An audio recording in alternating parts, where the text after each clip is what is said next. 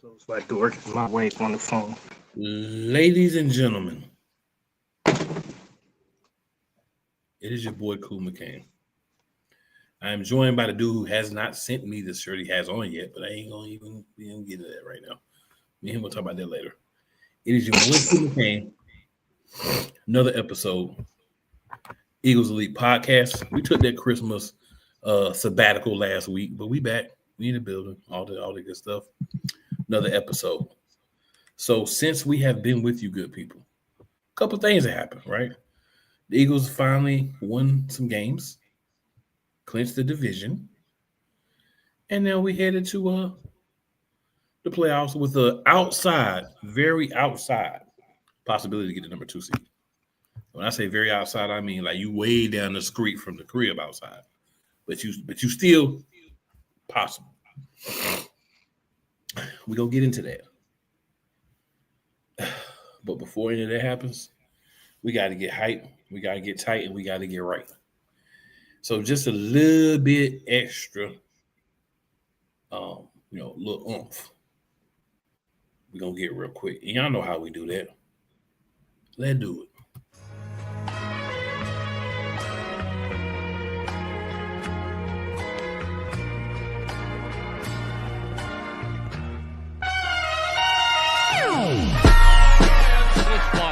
The kick is away, and the kick it's good! And the Eagles win! It's hard to come to South Philadelphia and leave here with the win. We just don't come to Philadelphia and leave here with the win. Eagles fans everywhere, this is for you. Let the celebration begin!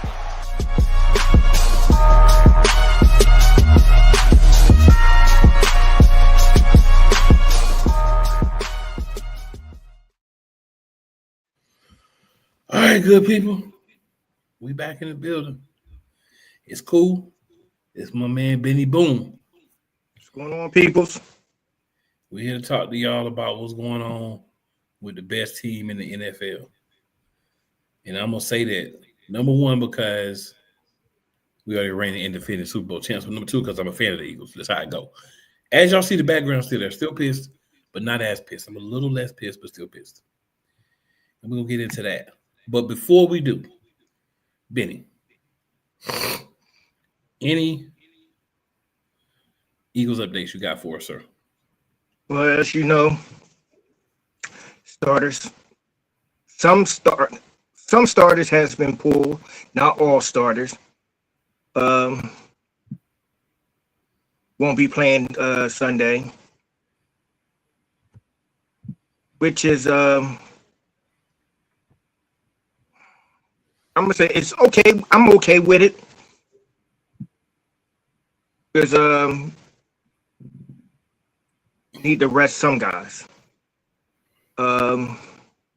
Everybody know that the long snapper has been re-signed to the practice squad, so he should be back.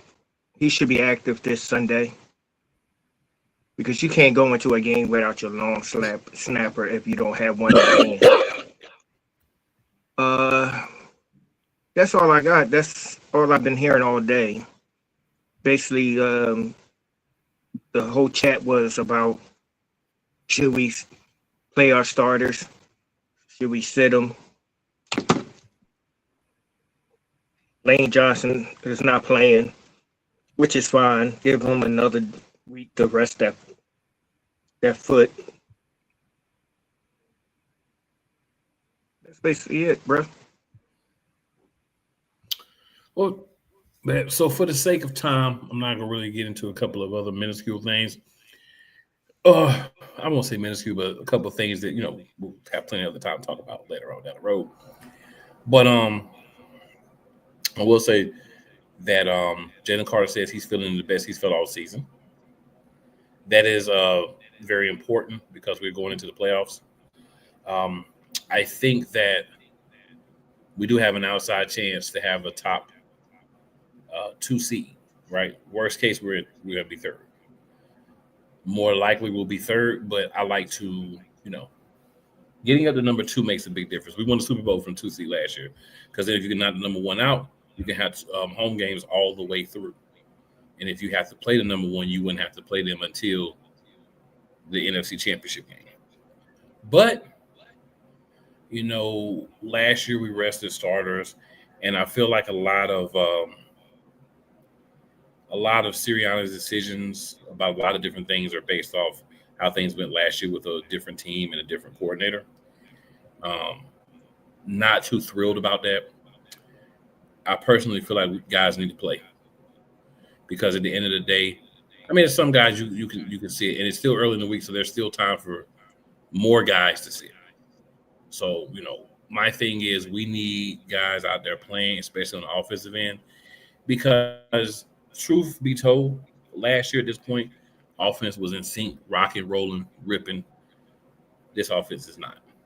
So this is kind of the story. We don't have everybody. We're not playing as well as we normally play. But we're going to sit guys. Is that really a smart thing? I cannot speak for anybody else, but I empathetically believe wholeheartedly that it's not. Last year, everything was wrapped up. I know there's the concern of injury, but at the end of the day, when you have a chance to move your seating up, I think you should take that chance. But we all know that Nick Sirianni has a certain way that he likes to do things, and if it doesn't go with the way he likes to do things or what he believes to be the best way to do things, he's not gonna make any changes. But that'll be a long conversation one day. Long conversation. Very long conversation to unpack about that. I know that Benny, along with our other normal co-hosts, are not necessarily happy about how that's been playing out. But hey, one of the things is it's still all good. Because it is all good. I say it like this. We playing a divisional champ. Right, responsible, man. You know what I mean? Playing and they kind of pissed. And, these are some dirty players on that team. So here's a chance for them to have the opportunity, take cheap shots, try to injure someone, so we won't, achieve our goal. Just because they didn't achieve theirs, so now they only goal they have is try to make sure we don't achieve ours. I think Frankie Lugo, dirty player. Dirty player. The only player on that team that I give respect to, especially on that defense, is Wagner. He plays the game right.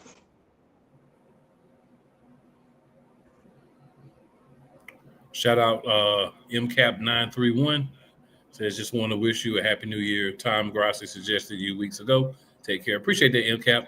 Hey, if you have any people that you know, Philadelphia Eagles fans or sneak haters that like to just linger around and find out what's happening, tell them to come on over here and holler at us. And hey, feel welcome to sit in, learn a little bit about the Eagles anytime that you want. Exactly. So here's what we're gonna do today, y'all, because y'all know I have things in place, but then I'll be like, oh, I'm gonna do this instead. I'm gonna do this and this and all that. We're gonna follow things a little bit though.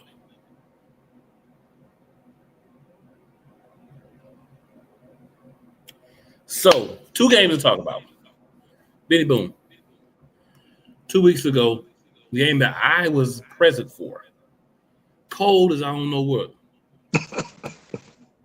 Philadelphia Eagles in Landover, Maryland, at the previously known as FedEx Field.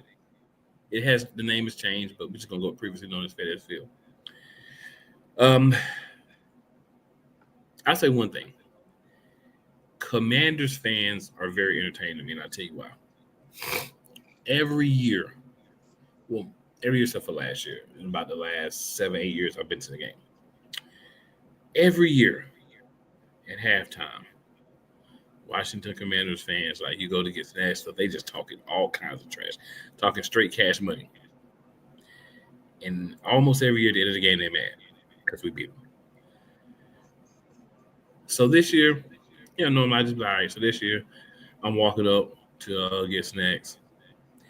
And guys like, oh, Philly, what's up, blah, blah, blah. So I just pat him on the shoulder, like, hey, game ain't over yet. It's only halftime. Oh, someone was salty.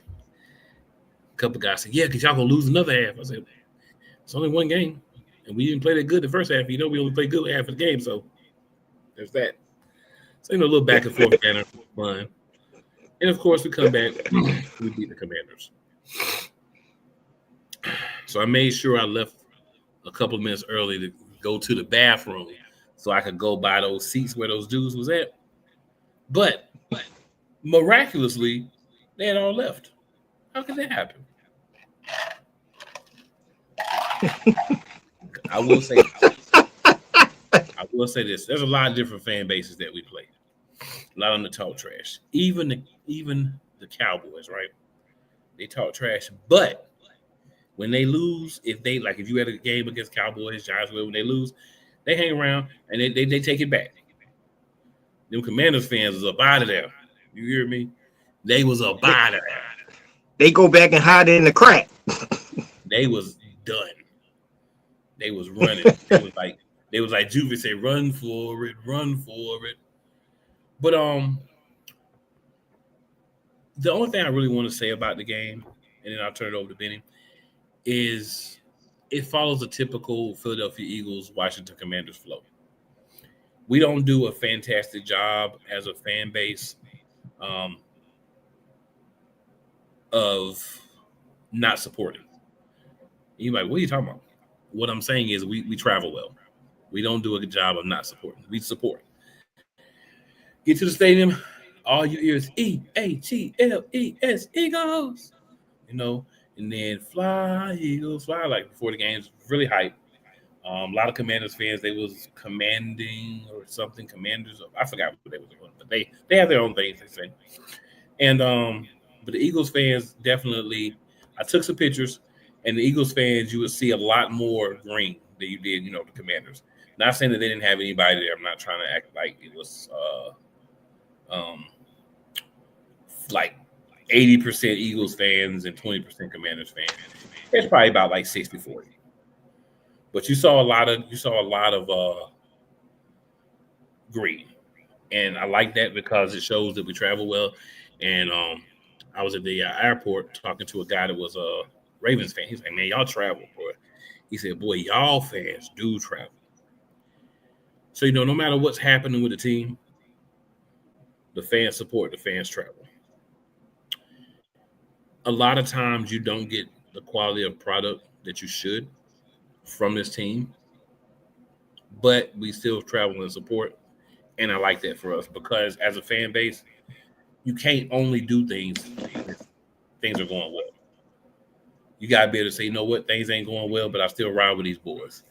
And I feel like for the most part, we get that on some level from the vetted fan base. But Washington actually was hanging in with us with Mariota, but when Josh Johnson came in, it was over. I mean, I was like, it was over. The moment he walked on the field, I'm like, oop, trouble. So another game that we should have, another thing that we should have probably took care of earlier, another team. But hey, a win is a win, especially according to Nicholas John Sirianni. What's your thoughts on the Commanders game, Benny?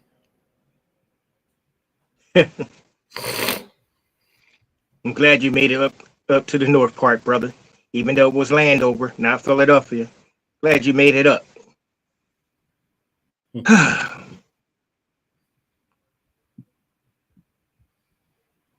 Marcus, if he wouldn't have got hurt, that game would have been really competitive. Because if you know it, every time we played the Commanders, they play us hard. Yeah. They really play us hard. It's like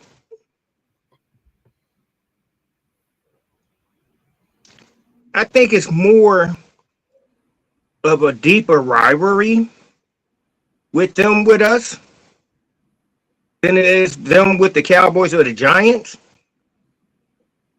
because they play us hard. But, like I said, if Marcus Winter got hurt, I think that game would have been more competitive, which I would have loved to see. But when he got hurt and Joshua came in, all I can say was deja vu. That's like when the last time, Josh Johnson saw the Eagles, he was on the Niners. And that in the end game with that. But that was a good game. I saw some good things in that game. I love the way our defense played. I'm all about my defense.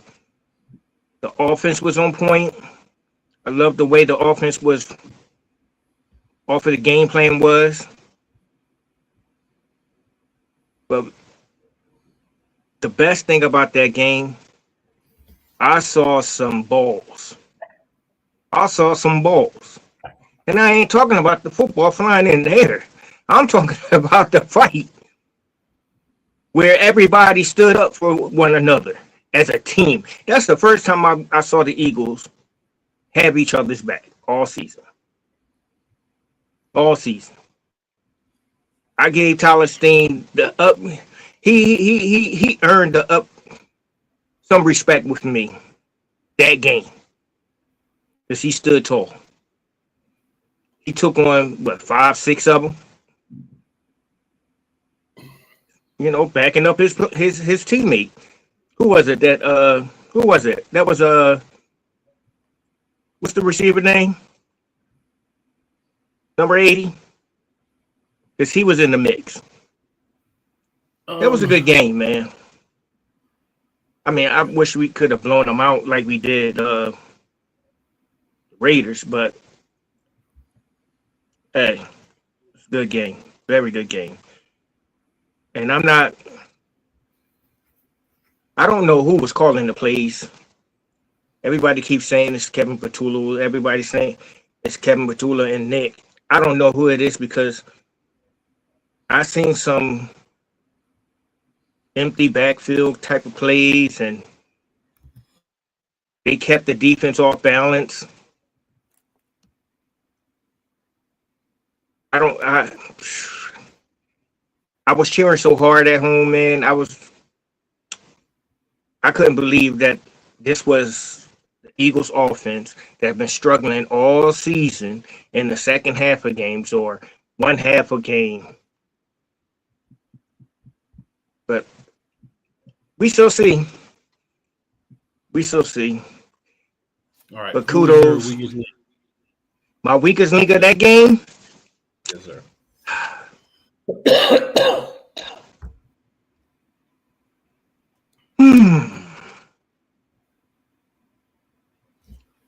I would still have to go with Cam Jurgens because there was some plays that he took off a lot of plays. I don't know if he's hurt cool or because I can't say he forgot how to block. But I'm thinking he's hurt and he don't want to say that he's hurt. So he was my weakest link of that game. Well, Cam Jurgens has been having problems all season, sir. But he should say something, man. He should like, look, I can't go. What player says they can't go? I would. Shit. At the end of that, if it's your back. If you would say you can't go, that's why you're not in the NFL, sir. Those guys want to play no matter what. It's going to take – it requires the coaching staff, the training staff to say you can't go. You cannot leave it up to the player or they're always going to play. Well – and that's the issue. Cam Jurgens should be sitting because he's been having back issues since the Super Bowl last year, since the playoffs actually last year. Right. So you have to sit him, and they're not doing that. Well, somebody got to save him from himself. That's what I'm saying. That's what's not happening. We know what's wrong with him. Everybody knows it's bad. But it takes leadership. Having somebody in the room that can pull you aside and say, "Hey, Cam, come here. Look, man, I know you want to help the team, but you can help us by sitting until you're healthy." Exactly. But again, my weakest link is going to be Nick Sirianni because of things like that. While the game was called better, it still was not a dominant offensive performance from pillar to post. We are now going into week 18.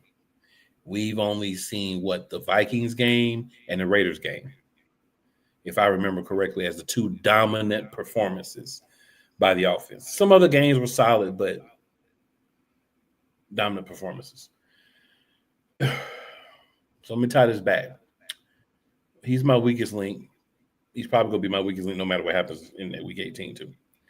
Simple reason is you're going to be sitting guys when we're not even functioning properly as an offense. We're not even hitting on all cylinders. But you're sitting guys.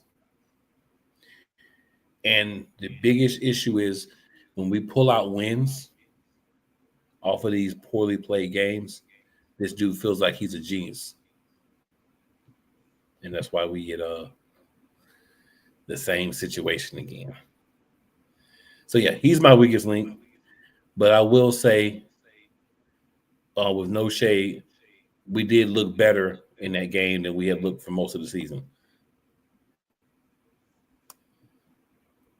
A lot of it could be just what's happened with the Commanders and where they're at now. But, we should have been able to put up more points, like you said. But, yeah, it is what it is at this point.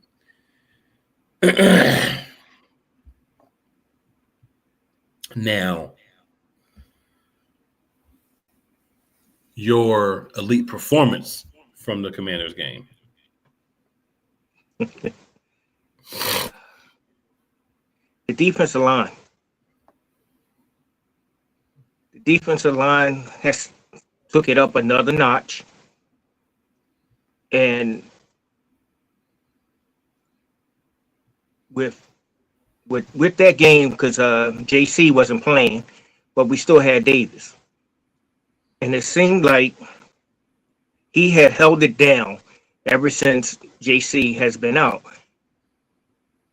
Everybody's playing, everybody's doing their job. I love the rotation of the D-line, the pressure we're getting. And Brandon Graham, that guy, he's for his age, and he coming in late in the season, already got 3 sacks. I'm just amazed on how Vic get these guys believing in themselves, amped up and ready to go. So the defensive line will always be my elite player of the game. I'm going to go with Saquon Barkley having a good game, emerging, helping out with the run, which I think was a big part of us getting the win. The games that Saquon is able to do what he does offensively and help out, those are the games where we always look better. There's not even like a discussion about it. Saquon and Tank Bigsby having a good game, that just opens up so many more avenues for the offense. They haven't been explored properly, but the avenues then open. So definitely for me, it's Saquon. There's so many other ways you could go, but I'm going to definitely go with Saquon because I feel like he's the difference between kind of where we're at now and what we were doing last year. All right, so we're going to move on. Buffalo. Your thoughts on the Buffalo game, sir? It was booty. First halves were great. That first half was great. A lot of wrinkles in the offense. They kept the defense off balance. Jalen was threading the needle. I loved it. I love to see I love to watch that offense flow like that. The defense, lights out. Lights out. When I can't recall the last time I ever saw a defense shut out the Buffalo Bills for a whole half, even into the third quarter, in years. In years. And for what was being said, that do you think the Chicago run game did something to the Eagles defense? Now you're going up against the number one rushing offense in Buffalo. Okay, yeah. We shut it down. That defense, if it wasn't for this defense, man, I don't know where we would be. But I give kudos, man. That defense, man, every week they stepping up. They keeping us in games. But when that second half came, man, the offense, I don't know. I love the play calling in the first half, but the second half it was booty.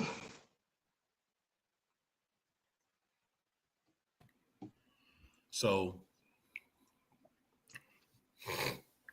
I'm going to be honest. I don't feel like we did anything fantastic in the first half.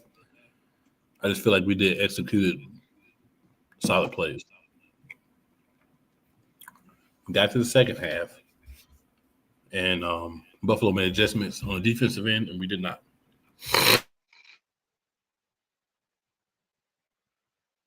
Excuse me, I'm still a little under the weather. It's hot and cold. It's not working right with my allergies and all that. I think that coming up here. I think that the issue is we're trying to do the same thing in the first and second half. When plays work, everybody says, the offense looks well, we're moving the ball, we look good, blah, blah, blah. When me personally, I just feel like, I'm not saying that we're not doing a couple things different, but I just feel like we're doing things in the first half. They're working. It's cool. We get into that second half, we're not making adjustments. Other teams are making adjustments, right? Other teams are saying, okay, this is what the Eagles did against us in the first half. We're taking that away from them.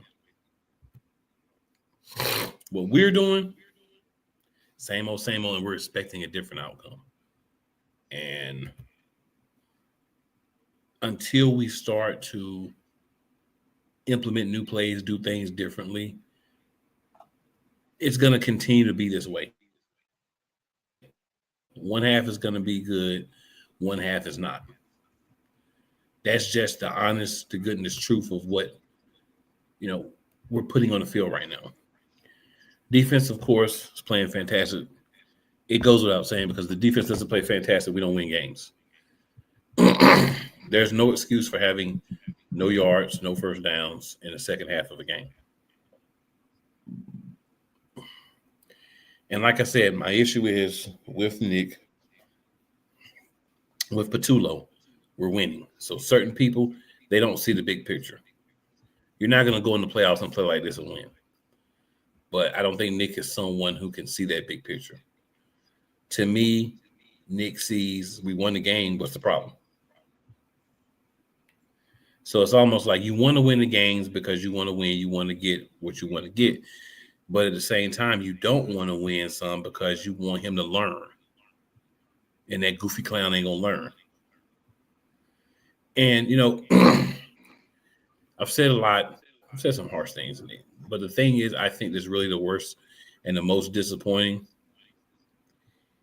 He's not concerned with doing anything different. He says, I'm involved more in the play calling. It doesn't look any different. So if you're involved more in it, how does it not look any different? One good half and one just garbage. Like before, we might at least get a field goal or something, move the ball a little bit in the second half. But this past game, it's concerning going into the playoffs and still having the same things happening. And then we're not going to have the complete starters this week, so they're not going to even get to work on it much. So, it's for me, it's definitely a wait and see. Like, okay, let's see what's going to happen. And the concern is we don't have the people in place, play calling wise. And then we don't have the players in place or the quarterback in place. It's just going to say, you know what? Forget what y'all talking about. That's stupid. We're going to do this. And not having that, either one of those, can be concerning for me. Hey, like I said, we might come out and things might work out well in the playoffs. But based on what's happening, everything's going to be 50-50 in my mind. Just keeping it a buck. Nothing's changed. Still going to be 50-50. I'll go ahead and give you my weakest link in this game first. My weakest link in this game is whoever is the play caller. Matter of fact, I'll make it even better for you. Kevin Petula and Nick Sirianni could be my co-weakest links. Because whatever the fudge y'all put together for play calling in the second half was the hottest, filthiest, largest, stinkingest pile of poop I've seen in a long time. Who's your weakest link, sir? I'm going to go with you on the same thing. But I'm going to add Howie in there because you using Jeffrey Lurie's money, got this expensive offense, but you got two idiots running your offense. So I got to put Howie in there.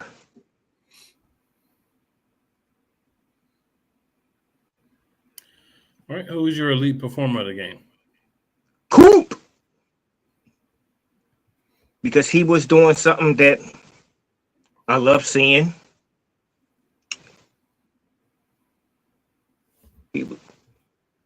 He's the best tackler on the team.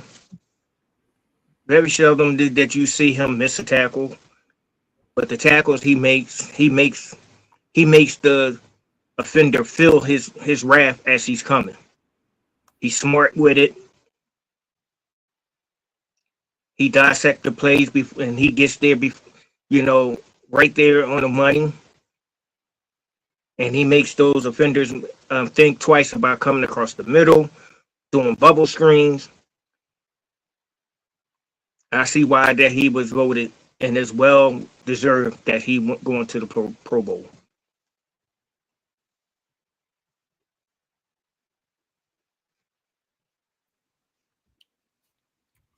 My player of the game is Big JC, Jalen Carter. Disruptor, dominator. Now I'm going to push back on you. Best tackle on the team.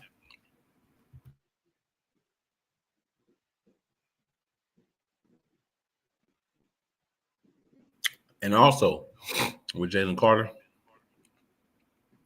his presence changes out. Everything is done against the defensive line. Big JC is my player of the game. His dominance was a big part of what we were able to do.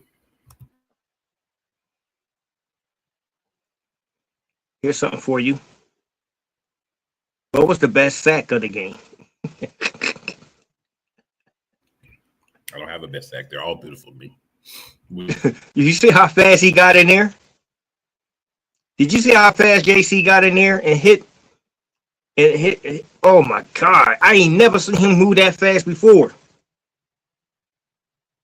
I seen him move fast, but not that fast.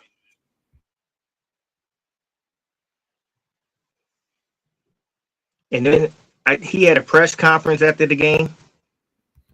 And he said That game that they played against them in 23, when he went to go sack him, he didn't wrap up good enough. He said this time he had to make sure he wrapped him up and got him down.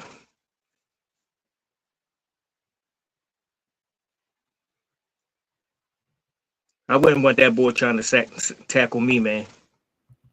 Now his shoulders is feeling good too.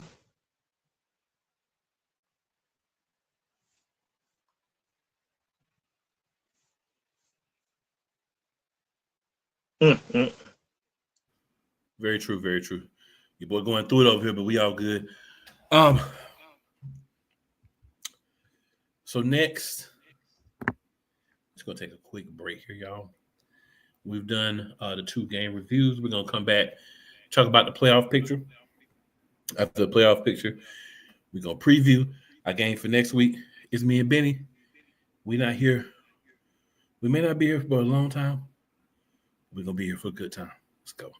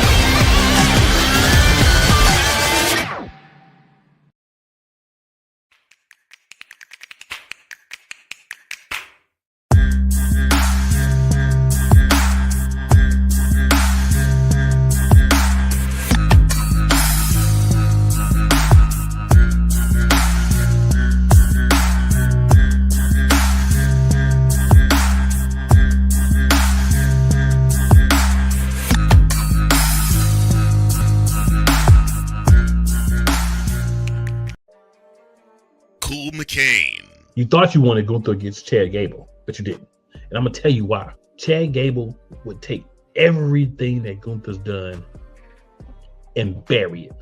The Playmaker. It was on site. AJ Styles walked out there, seen LA Knight. Oh, okay. Then LA Knight hopped out the car. Let's go. Break down everything in TNA, AEW, and all of the WWE programming. Join these 2 kings, monarchs of wrestling, live every Monday at 6:30 p.m. Eastern, 5:30 p.m. Central on the Play Caller Sports Talk YouTube channel.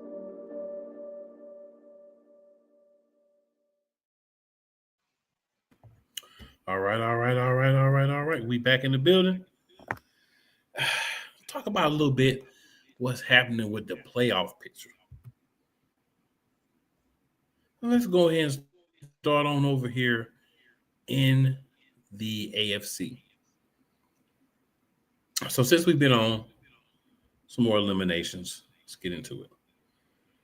Dolphins have been eliminated. Chiefs are eliminated. Bengals are eliminated. Jets, Titans, Browns, and Raiders. And after their win this past week, i.e. understanding the assignment, something that the New York Giants did not do a good job of, the Raiders now have the number 1 overall pick in the NFL draft upcoming. Why does that matter? I mean, to playoff teams and things, it doesn't matter.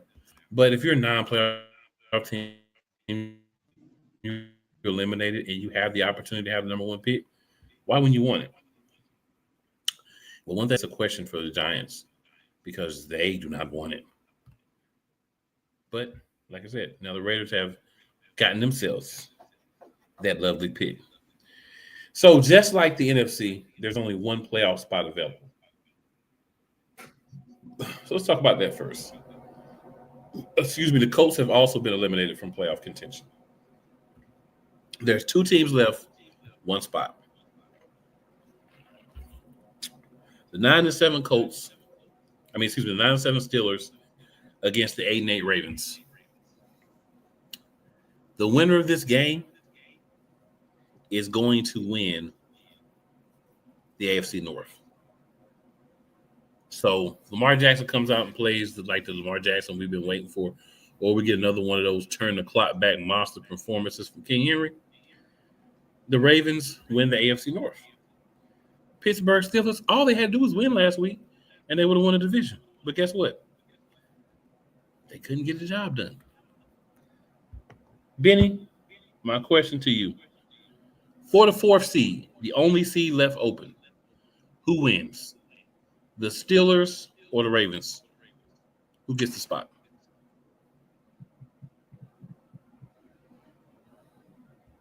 Where they playing at?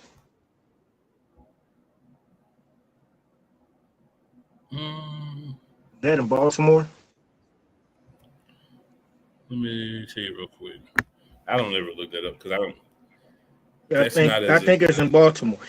Me having love for the Steelers, because it's a PA team. I would love to see them win it. It's in Pittsburgh. And with DK being suspended for those 2 games. Yeah.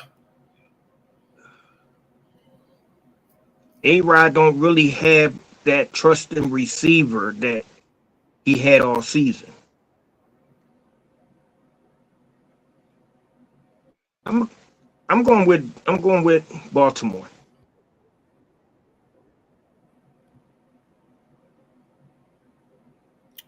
I see them beating them because Steelers already beat them. And it's kind of hard to beat Baltimore twice in the season. And it's been a long time since Pittsburgh has swept Baltimore in the season. As much as I love the Steelers. I have to give you two scenarios. Lamar Jackson's healthy enough and plays. I think the Ravens win. If Lamar Jackson is not healthy and tries to come out there and play or doesn't play again, I think the Steelers win. Here's why. The Steelers are a better team than the Ravens without Lamar Jackson.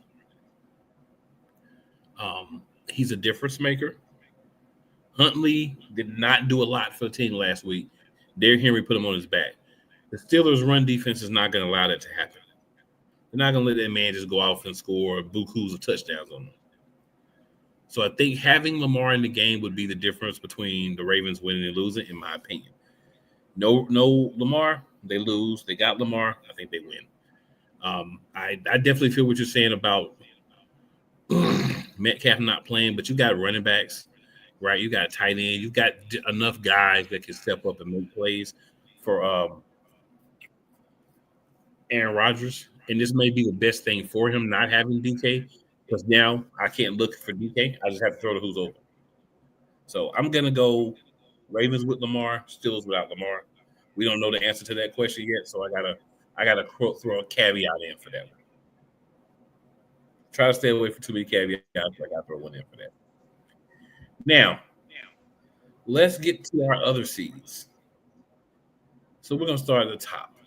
Number 1 seed, Denver Broncos. Number 2 seed, New England Patriots. And New England Patriots, you are welcome.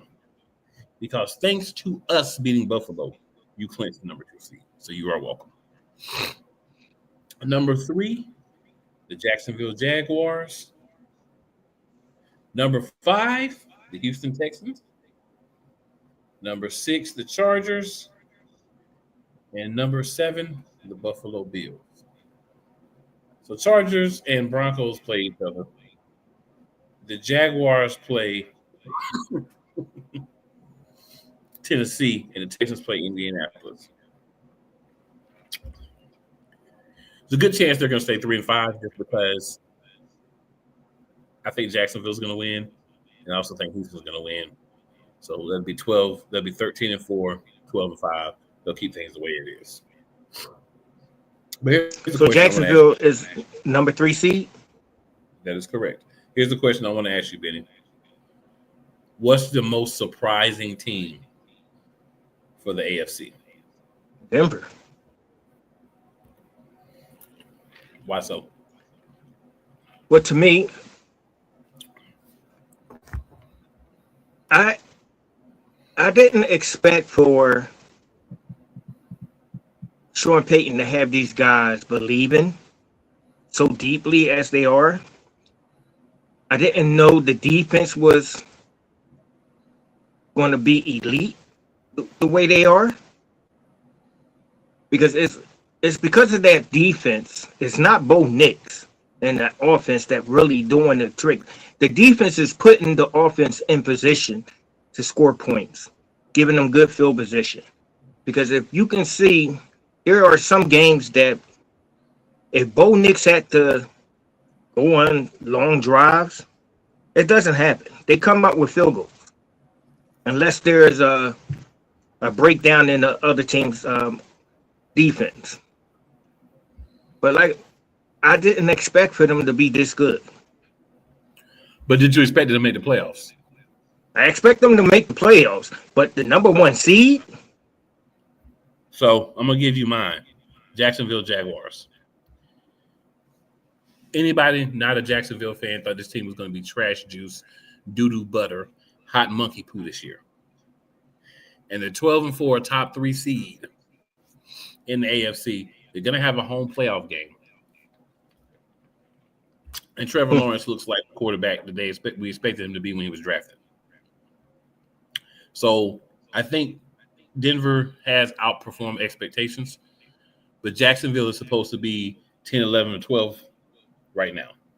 And they're 3. In the playoffs, 12, about to be probably 13 wins. So for me, it's Jacksonville. But I hear you on Denver as well. But I just feel like there was no even an inkling of expectation that Jacksonville would make the playoffs, let alone win their division. True. So I'm gonna go with Jacksonville just because of that. But again, I don't fault you if Denver is your choice, because I think that's the other team that has exceeded expectations. All right, we're gonna flip over to the NFC. We're gonna do it a little bit differently here. So here's what we got in the NFC. We got an interesting scenario here. I was joking with a guy the other day, giving him a hard time because he's a Panthers fan, but we got an interesting scenario. So the number 4 Panthers play the number 11 Buccaneers in a Saturday night game. Prior to Atlanta winning, this was a winner-takes-all game for the NFC South. Hear me out, though. Now, if Carolina wins, they automatically clinch. And they're the number 4 seed, hands down, no matter what else happens. If Carolina loses, they can still be the number 4 seed, because they would then have an 8-9 record, the same as Tampa Bay. If Atlanta beats the Saints, because if Atlanta beats the Saints, all 3 of them are 8 or 9. The Panthers have the tiebreaker amongst those 3 teams. They'd be 3-1 against those 3 teams. What makes this crazy is I feel like this changed, because I feel like before, if there were tiebreakers, it would go on your division record. But it's just going on the records between the teams. It's a tiebreaker. So maybe I misunderstood the rule before, but that's what I see now. And it's interesting because if the Panthers win, they can celebrate on the field Saturday. If the Bucs win, they can't even celebrate until after the Falcons play, hoping that the Falcons lose to the Saints. This is a very interesting scenario. I know it doesn't happen much. But yeah, you can have 3 teams from the NFC South all be 8-9. And the Falcons basically just be playing spoiler to the Buccaneers. So, Benny, first, your thoughts on that sorted scenario, we're going to call Damn. it. And it's all the Buccaneers' fault for losing. I'm going to keep it real. Because I thought I had Tampa winning this division. But not with the type of record they have now. I thought they was going to run away with the division. Baker's got to hurt shoulders. his left shoulder.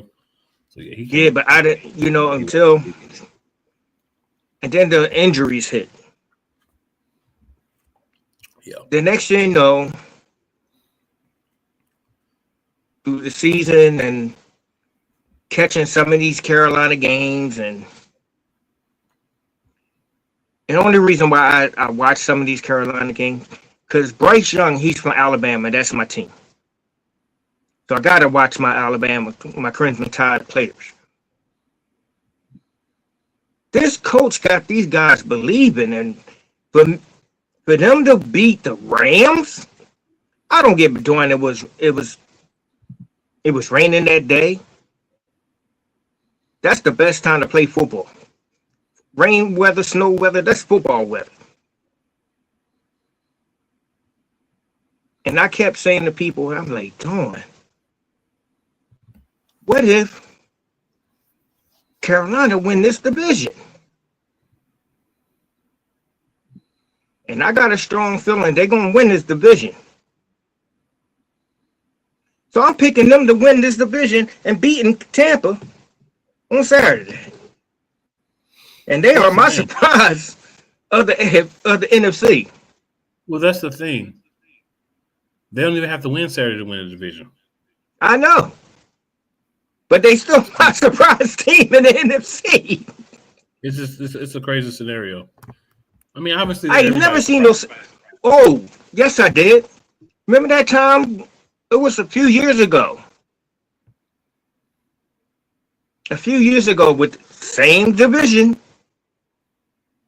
When all those teams act like nobody wanted to be the top dog for that division. I forgot what year it was. Okay. And they always kept saying, at one time, NFC South was a strong division. Then the next year, it became a weak division. And then Tampa took over because Brady came in. I don't feel like the South has ever really been a strong division, personally speaking. But eliminations. Let's go over those real quick. Vikings are eliminated. Lions, Cowboys, Falcons, Saints, Commanders, Cardinals, and Giants. So you may be all of them in Cancun. You may be wondering why the Falcons are already eliminated. They have a chance to beat a three-way tie. Just because of tiebreakers and everything, there was no way they could win. So that's why they've already been eliminated. Now, they've been winning games since they got eliminated because they were losing pretty bad. So give them that. I'm also going to say I think either the Panthers win the game or the Falcons beat the Saints. So I think either way, the Panthers end up getting in and the Buccaneers end up going home. And honestly, they would probably be better off at home. And I'm going to be honest with you, whoever has the number 4 seed, they're not going to win a playoff game. They're just not. Did they get a home game? It'll be a home game, but it does not matter. Whoever they're going to end up playing, either Green Bay, 49ers. No. Right. Number 4 would not play Green Bay unless they move up. Number 4 played number 5. Yeah, so probably the 49ers or the Rams. That's going to be interesting. Now let's go over the teams that are in. Number 1 right now, the Seattle Seahawks. They have a matchup with San Francisco. The winner of that matchup will be your number 1 seed. My surprise team of the year, the Chicago Bears, or the NFC, at number 2 against Detroit. They win, they keep the number 2 seed. If they lose and we win, we would get the number 2 seed. All right. Then, of course, sitting at 3 is the Philadelphia Eagles. Number 5, the aforementioned San Francisco 49ers. The LA Rams play the Arizona Cardinals, so there's that. That's a win. And then the Green Bay Packers go up against Minnesota. Thing with the Rams, you don't know if they're going to play everybody because they can't really move up. They don't have the tiebreaker against the 49ers or the Seahawks. So, well, it will only be the 49ers the only one that would matter. So, they may not even play their starters, this game. They may be one of the teams that sit guys. The reason I say the Bears is because this was a team that was really bad last year as well. Caleb Wilson wanted Ben Johnson. They got Ben Johnson.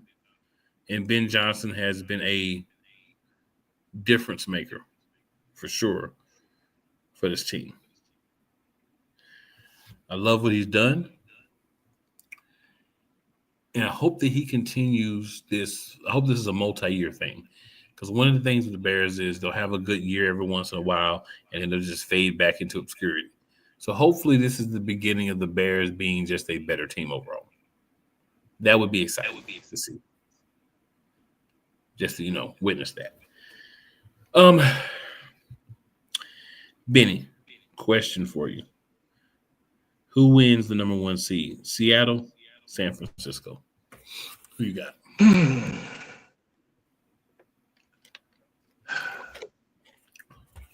I hate San Francisco. It's not about who you hate. It's about who you think's going to win. I don't trust Sam Darnold. But that Seattle defense, man, I'm going with Seattle. Okay. Unfortunately, I think San Francisco is going to win. We shall see Saturday. I would love to be wrong, but I think San Francisco's going to win that game. And I'm going to tell you, what you going to neither tell me? quarterbacks wows me. Well, Brock Purdy should wow you. I'll be honest with you. I think Brock Purdy gets put in the bad category, and it's the same thing that people do to our quarterback. Right. He plays. I mean, good, I'm not saying he's not good. He just don't wow me. but if Christian McCaffrey stays in the game, I can see San Francisco winning. Okay. If Christian McCaffrey have a monster game against Seattle, I see them winning. But it's kind of hard. I don't know who won that first meeting. I'll say I think certain people put a lot more onto that. When I'm evaluating, look, peek inside the mind of a monster here. I look at how the two teams are playing in the matchups. Both of them playing at a high level right now. Right, but the matchups too. The 49ers defense against Sam Darnold and the Seattle offense, and the 49ers offense against Seattle's defense. I, for one, think Brock Purdy is a more than solid quarterback. He's a good quarterback. I can't say great, but he's a really good quarterback. If I remember correctly, I don't think they've lost since he returned. So he's doing something right. And I just think that he's going to have an edge. I think Sam Darnold is going to do what we expect Sam Darnold to do. Got a chance to be the number 1 seed. We saw he did last year, had a chance to do something with Minnesota. Choked away. So I just think Sam Darnold has a great 15 to 16 weeks. Week 17 to 18 playoffs, not so good. So if Sam Darnold can break that, then, things will be different. If he can't, I told you so. Well, you got to remember this, too. I think that the time that those two teams played, Purdy didn't play. I think it was Mac Jones then. Right. But what does that have to do and with Mac Jones didn't do too bad because they won some games with Mac Jones. I think Mac Jones probably went, 4-1, 5-1, something like that? They won some games with Mac Jones. But Mac Jones is not Brock Purdy. No. And but I can say one thing about Kyle Shanahan. He get the best out of his quarterbacks. He does. He's just like his dad. Maybe a little better. I mean, It's all up to your perspective. Who you think is better and all that good stuff. Wanted to save those. At least his dad got 2 Super Bowl rings.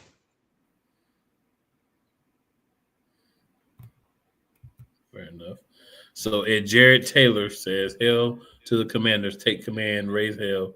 Left hand up. Let's fin good. We're about to split the season with the Eagles. Ha ha. Y'all about to get bounced by the Panthers. Hell, baby." So, Jared, let me explain to you how the playoffs work. The number 3 seed doesn't play the number 4 seed, buddy. The number 2 seed doesn't play the number 4 seed. So there is no way that the Panthers would play us, and the Panthers are not winning a playoff game. They are not ready for that. So I know that would make you happy because you're a Commanders fan. As far as our game this weekend, I'll just say this too, Jared. It depends on who plays and who doesn't. We don't know who all's going to play and who's not yet. But you guys have Josh Johnson at quarterback, so I wouldn't be too confident if I were you. Let me say this to this young fella. Do y'all really think y'all going to come into the Linc in the heart of South Philadelphia and leave with a win? It's not going to happen, buddy.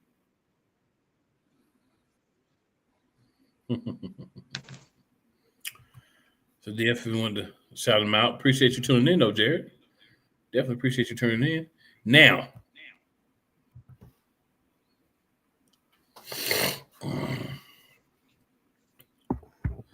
it's that time.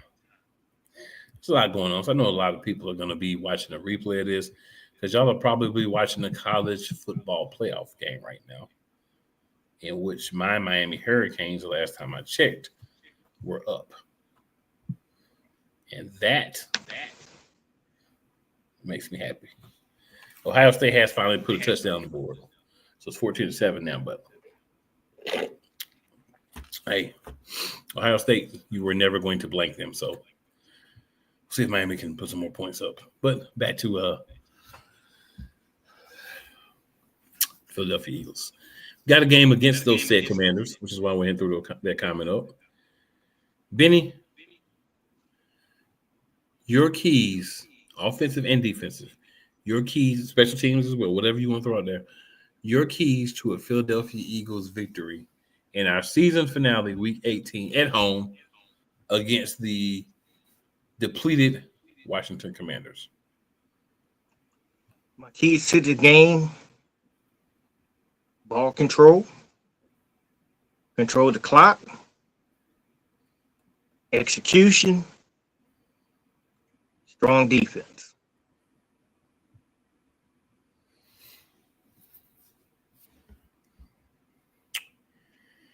My keys to a victory are very simple.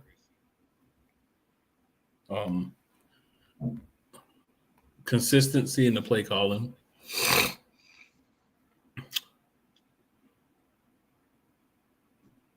Enough talent actually being in the game.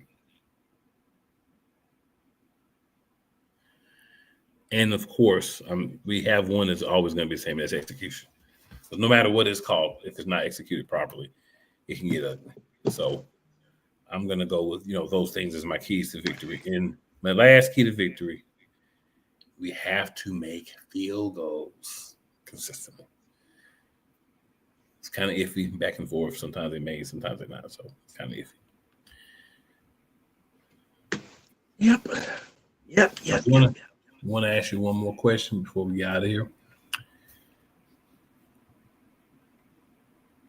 We play. Let me pull up the schedule.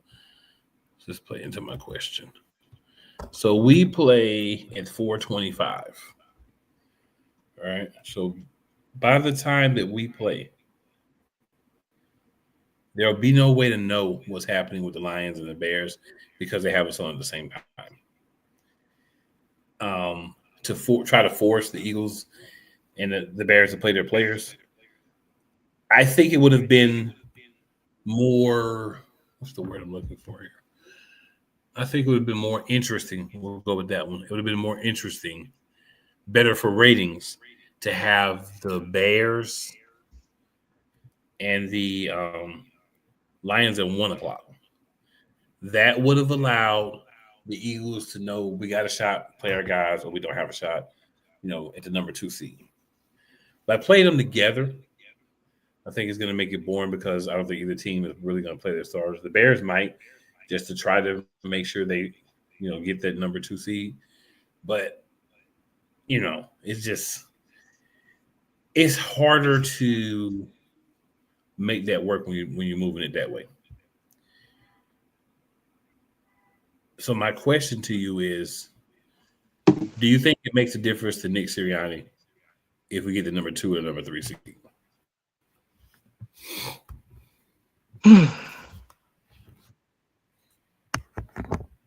Well, after hearing I really wanted to hear it, his press conference, does it make a difference to him?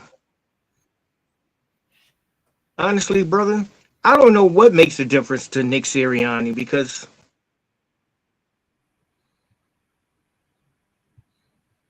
I really don't understand him. But for us fans, that number 2 seed means a lot to us.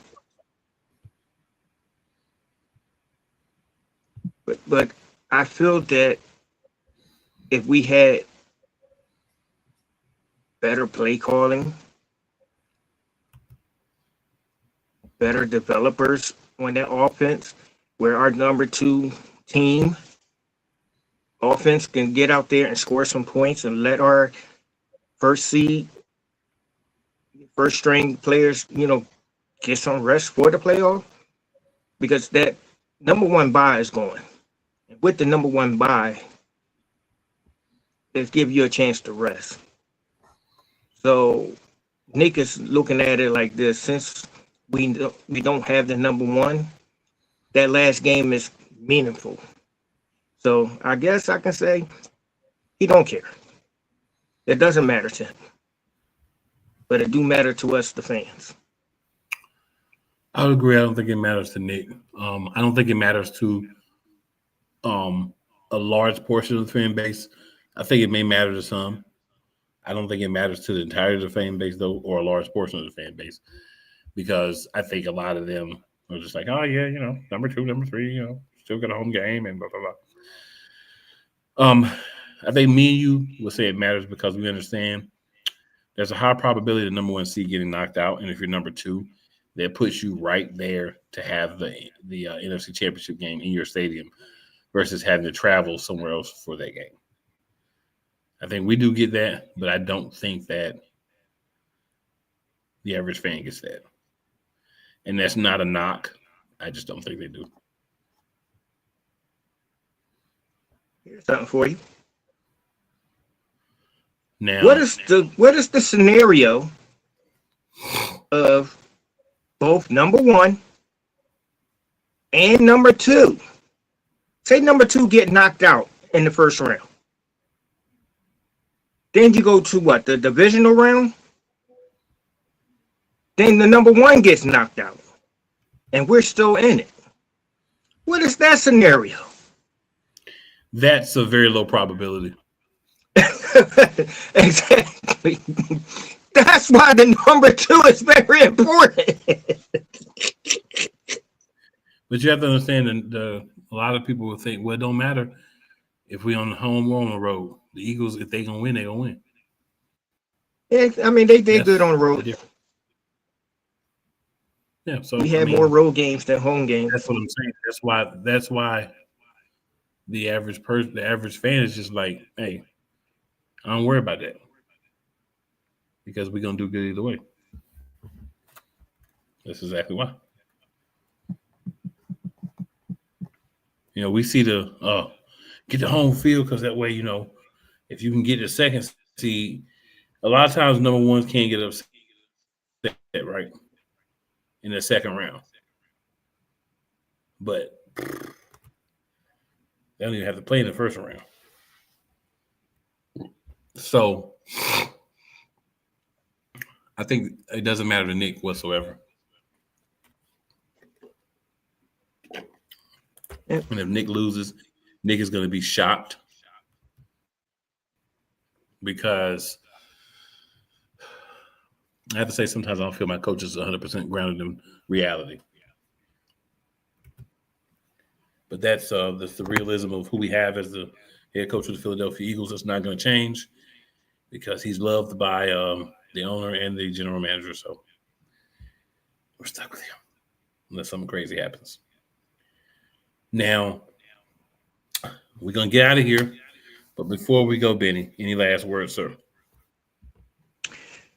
To everybody who tuned in and to everybody who may catch the replay, all I can say is